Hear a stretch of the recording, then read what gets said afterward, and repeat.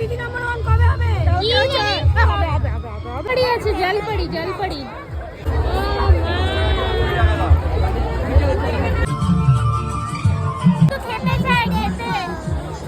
মেলা মানেই শুধু দোকানপাট কিন্তু নয়, মেলা মানেই হলো মিলন, মেলা মানেই হলো মানুষের ভিড়, অনেক মানুষের সাথে পরিচয়, অনেক পরিচিত মানুষের সাথে দেখা।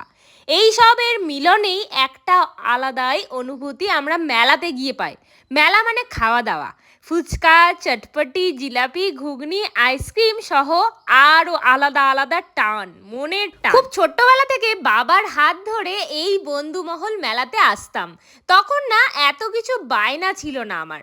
মেলা এলেই যে অনেক রকমের খাবার খাওয়াতে হবে, জিনিস কিনে দিতে হবে, এটা আমার বরাবরের স্বভাবই ছিল না। মেলা মানেই আমি ভাবতাম বাবা মায়ের সাথে ঘুরতে বেরোনো, মেলা মানে এত মানুষের সাথে দেখা, এইগুলোই যেন এনজয় করতাম ছোট থেকেই, এখনও সেটাই করি। কিন্তু ব্লগের চক্করে, ফুড ব্লগের চক্করে খাওয়া দাওয়া তো জমে যায়। কিন্তু মেলাতে খুব একটা খেতে আমি পছন্দ করি না, বড়মশাই খেতে দেন না, যেহেতু হাইজেন ইনহাইজেনের ব্যাপারটা থাকে। কিন্তু কিছু কিছু জিনিসের ওপর এতটাই টান থাকে, তখন না আর মনে হয় খেয়েই নি। তো চলুন, আজকের ভিডিওতে আমি আমার মেলার ব্লগ শেয়ার করলাম। এত ভিড় হয়েছিল কালকে যে বলে বোঝাতে পারবো না। চলে এসছি আজকে বন্ধুমহল মেলা, আমার ছোটবেলার মেলা। আজকের মেলা নয়, বহু বছরের, কিন্তু এত ভিড়, আজকে এত ভিড়। এক তো সানডে, তারপর ছট পুজো গেল, সব পুজো পেরিয়ে গেল, জানি না আমি পা রাখতে পারবো কিনা। পুরো টোটোতে জাম লেগে গেছে রোডটাতে, যার সামনে রোডটাতে। তো ভেতরে গিয়ে কি হবে জানি না, তো তোমরা ভিডিওর সাথে থাকো আর ভেতরে গিয়ে দেখি কতটা ভিড় হয়েছে। চলো, ভেতরে গিয়ে তো অবস্থা খারাপ হয়ে যাবে। সত্যি মেলাতে গিয়ে যদি দুটো মানুষের সাথে কথাই না বলতে পারি দাঁড়িয়ে, পেছন থেকে ভিড় যেন ঠেলে ঠেলে নিয়ে যাচ্ছে আগের দিকে, সেই মেলাতে আমার মজা খুব একটা লাগে না। কিন্তু কিছু তো করার নেই, সবাই মেলা দেখতে আসবে, মেলা দেখার অধিকার সবার আছে। যেহেতু এত বৃষ্টি হয়েছে, তাই আজকে মানে এই সপ্তাহটা যেন একটু বেশি ভিড় হবে। আর ওই যে বললাম, কিছু কিছু জিনিসের ওপর টানটা একটু বেশি থাকে, যেমন ঘুগনিটা। বড়মশাই দেখে মেলায় গিয়ে কোন ঘুগনিতে কালার মেশানো নেই, সেই ঘুগনিটাই আমাকে খাওয়ায়। আর এখানে অহনা দিদির সাথে দেখা হয়েছিল, তাই অহনা দিদিকে 1 চামচ দিলাম, যদিও এইসব জিনিস ওদেরকে দেওয়া উচিত না। আর বক ফুলের বড়া, যেটা ঘরে মা ভেজে দেয়, সেটা যদি মেলায় পাওয়া যায় তাহলে কে ছাড়ে বলুন তো? কিছুই যদি না দেখতে পারি তাহলে মেলায় আসার কি মজাই তো নেই। আমি আবার কিন্তু আসবো, কিছু কোনো দোকানে দেখতে পাবো না, ভালো করে ভিডিও হবে না, আর বাড়াখাড়ি তো জায়গা পাচ্ছি না। কিন্তু আমার গলাটা কিন্তু পুরো মাইক হয়ে গেছে, মাইকের দরকার নেই। হরেক মাল 10 টাকায়। না দিদির সাথে সাডেনলি দেখা হলো মেলাতে, কি সুন্দর। নিবি ওটাকে, নিবি? দেবে না খ্যাক করে। ওয়েডনেসডে ক্লাস হবে একটু তাড়াতাড়ি, তারপর রাতের দিক করেই আসবো। আর খুব একটা ঠান্ডাও নেই, রাতের দিক করে এলেও হবে না, হবে মানে ব্লগ দেখতে চেয়েছে তো ব্লগই তো করতে পারছি না আজকে।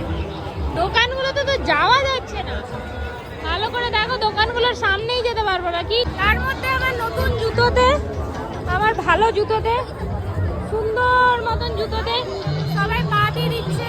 ব্যাস, এবার অহনা দিদি কিসে চাপবে দেখো, কিসে ডান্সে চাপবে, কিন্তু ওর বমি বেরিয়ে যায়। ऐसा कैसे चलेगा दीदी? জলপড়ি আছে, এবারে ঝাঁপি দেয় গলার মধ্যে। হ্যাঁ,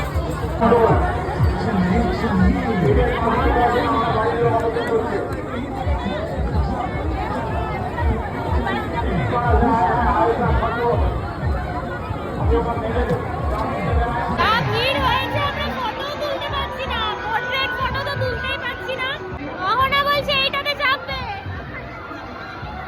আমি তো চাপবো না বাবা, জীবনেও চাপবো না। মাত্র আমি ব্রেক ডান্সে একটু চাপতে পারি, কিন্তু একটাও রাইডে আমি চাপতে পারি না, আমার প্রচন্ড ভয়। মানে বড়টাতেও আগে চাপতো, এখন চাপে না। এখন ভাই বড়টাতে আমি আর জীবনেও চাপবো না। একবার না আমার একটা বন্ধু মানে আমাকে লোভ দেখিয়েছিল ফুচকা খাওয়ানোর, তো ছোটবেলা ছিল ফুচকা খাওয়ার লোভে একবার চেপে পড়েছিলাম বড় নাগরদোলায়, ওপরে গিয়ে কি কান্না, ওই যে শেষ চেপেছি, আর জীবনে কোনোদিন চাপবো না।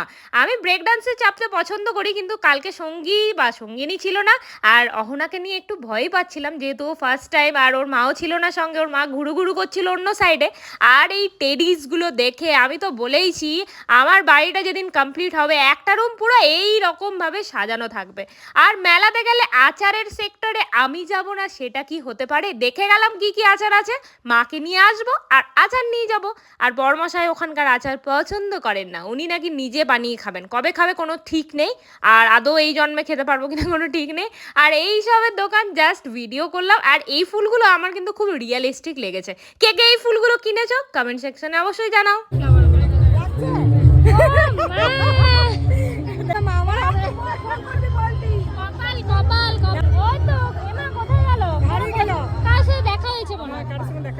ঘুরলে তো তোমরা ঘুরলে? আমি কে বলছে সাইড দিয়ে? কালকে সব থেকে বেস্ট পার্ট লেগেছে, সবাই এসে কথা বলেছে, সবাই এসে জড়িয়ে ধরে ভালোবাসা দিয়েছেন যে তোমার ভিডিও দেখি, তোমার ভিডিও এত এত ভালো লাগে। আমার মনে হয় ভালোবাসা, সম্মান এইগুলো অর্জন করাটা একটু কঠিন। আমি আমার চেষ্টা চালিয়ে যাব, আমি পারবো, এটা আমি জানি। এর মতন বাই বাই, কারণ এত ভিড়ে আমি একটু ঘুরতে পারিনি। কোনো মানুষ এসে যারা আমার ভিডিও দেখেন এসে পরে আমাকে কংগ্রাচুলেশন জানাচ্ছেন দিদি নাম্বার 1 এর জন্য, আর আমার ভিডিও দেখেন, এইগুলোতে আমি অনেকটা কি বলবো স্যাটিসফাইড। এগুলোই তো চেয়েছি